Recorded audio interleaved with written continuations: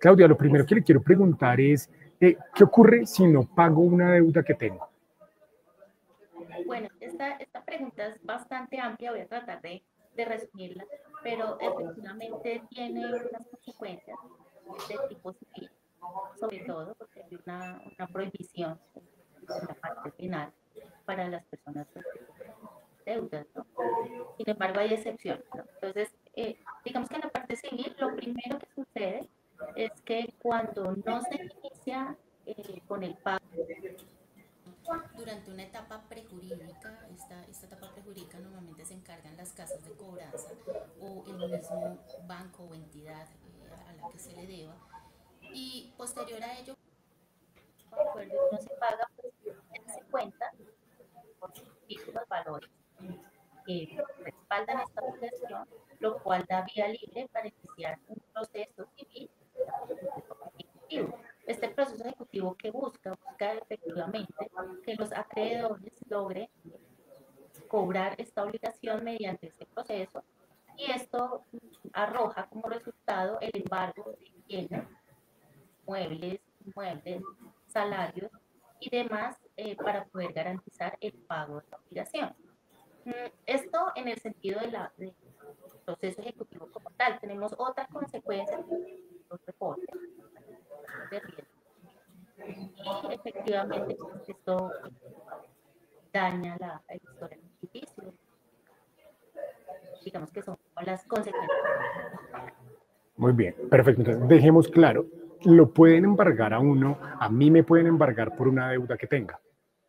Efectivamente, claro que sí, el embargo debe sí o sí realizarse porque es la forma que tiene el acreedor de garantizar el pago.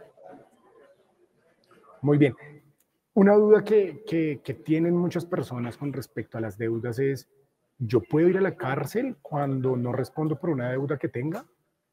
No, no se va a la cárcel. Hay una prohibición, el Código Civil lo establece, una prohibición, pero sin embargo hay excepciones. En el tema de alimentos, sí se puede llegar a ir a la cárcel, la excepción, pero por lo general no se va a la cárcel. Muy bien. Para que quede claro este tema, por ejemplo, hago un escenario hipotético. Yo tengo una deuda con el banco, no pago esa deuda que tengo con el banco. Lo que puede ocurrir es que me embarguen lo que yo tenga, pero no iría a la cárcel. ¿Es así? Exactamente, así. Se inicia el proceso, no se va a la cárcel. Digamos que el castigo, por decirlo así, o la sanción existe, todas este tipo. Antes de llegar a este punto de embargo para tener que responder por esa deuda que tengo, se puede negociar. Yo puedo llegar a un acuerdo con la parte a la que le debo el dinero para poder responder por esa deuda. Claro que sí, existen herramientas y a veces el desconocimiento es la mayor, digamos, talanquera que existe para las personas porque no saben que necesitan llegar a un acuerdo. Y esto deja como, digamos, lo principal que deja es una afectación en parte personal. Eh, pero básicamente sí tenemos los acuerdos de pago normales que se pueden hacer con la casa de cobranza o con el mismo banco o con el cartero que sea. Se puede llegar a hacer un acuerdo en la etapa prejurídica. Esta parte no la aprovechan mucho los deudores, pues de pronto no tienen liquidez o sencillamente no están informados y pues pueden llegar a quitar beneficios en el sentido de que les hacen descuentos, ¿no? En los intereses moratorios, en otro tipo de ítems, y esto podría funcionar bastante bien. Otra forma que existe es la ley de insolvencia, la ley 2445 de este año, 2025, que precisamente esta nos comparte una de los, digamos, de los beneficios o privilegios que tiene la legislación colombiana para que los deudores tengan un alivio, ¿no? Esta ley precisamente es para personas naturales no comerciantes o para personas naturales comerciantes, pero pequeños comerciantes, ¿no? Que sus activos no superen los 1.000 salarios mínimos y ellos pueden entrar a participar. Ellos también tienen como unos requisitos que tienen que tener pues eh, las, las deudas más de 90 días de mora, deben tener algunos, digamos, otros requisitos importantes efectivamente tener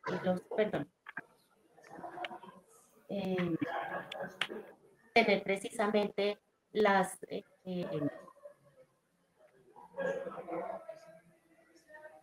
Claudia. Discúlpame que tengo un tema acá okay. Estar en mora por más de más de 90 días en dos obligaciones o más, tener dos demandas ejecutivas también en curso. Estos son como los requisitos principales para poder acceder a la ley de insolvencia. Muy bien, dejemos claro este tema que precisamente iba a pasar a eso, la ley de insolvencia. Siempre que se habla de ley de insolvencia, normalmente asociamos estas posibilidades a empresas, pero entonces las personas naturales, personas como usted, como yo, podemos acceder también a una ayuda de insolvencia, una ley de insolvencia, ¿sí?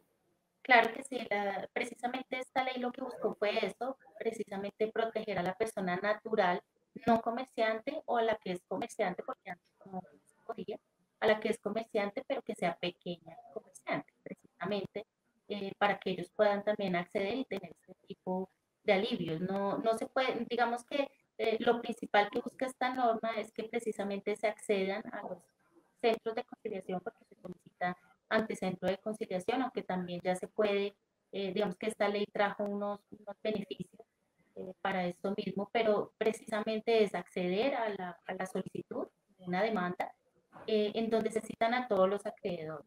Entonces, estos acreedores van y los clasifican por categorías y ellos evidentemente durante las audiencias o las negociaciones de deudas, el deudor deberá o podrá presentar una negociación o una propuesta de pago de acuerdo a los bienes que tenga. Recordemos que después del proceso de insolvencia lo que se busca es que con los mismos bienes se pueda llegar a pagar las obligaciones. Entonces, y también tiene otros beneficios, por ejemplo, suspende los procesos judiciales, ¿no? Entonces, una vez entra en insolvencia la persona, esto se reporta incluso a las centrales de riesgo, o sea, realmente importantes.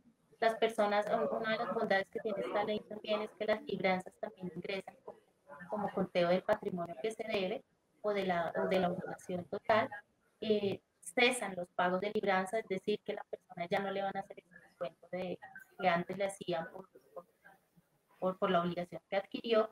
Entonces ya empieza a tener como un poco más de flujo de caja porque pues existen personas que porque no tienen bienes, porque no tienen de pronto liquidez, tienen un bien, ¿cierto? Tienen un bien de, no sé, de 100, 200 millones de pesos, no pueden salir a venderlo para pagar, pero con esos 200 va y hace una oferta de pago, digamos que esto queda como garantía.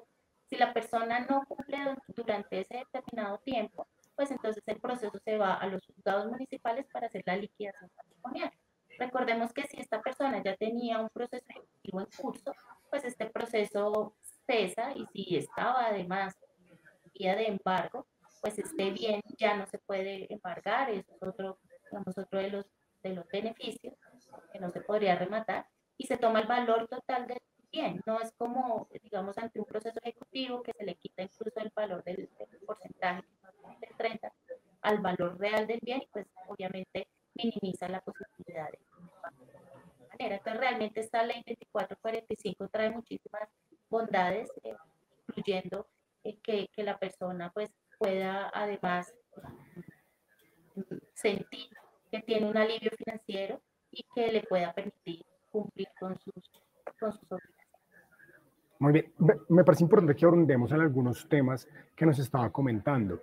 El primero en el que quisiera ahondar, el tema de los bienes. Si yo no tengo bienes y tengo una deuda, entonces, ¿qué pasa ahí? ¿Cuál es el proceso para que yo pueda responder por esa, por esa deuda, perdón, si yo no tengo ningún bien a mi nombre?